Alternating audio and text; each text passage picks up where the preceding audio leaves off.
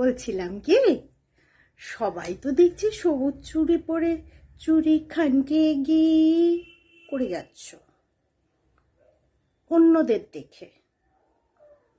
এটা ভারতীয় সংস্কৃতি, বাঙালিদের নয়। সবুজ কাচের চুড়ি শ্রাবণ মাসের আমি আগে কোনোদিনও দেখিনি। তো বলছিলাম, শাঁখা পলা কজন পরো গো? সবসময় শাঁখা পলা পরে থাকো? ওটা তো আমাদের নিজস্ব সংস্কৃতি, তাই না? অবশ্য যার শখ হয় সে সবকিছুই পড়তে পারে, কিন্তু শ্রাবণ মাসেই কেন? বুঝলাম অনেক কিছু আছে, ঋতুর সাথে মিলিয়ে, সবুজের সাথে মিলিয়ে সবুজ চুড়ি পরলে ঠিক আছে, কিন্তু শাঁখা পলাটা কেন খুলে ফেলছো সবাই?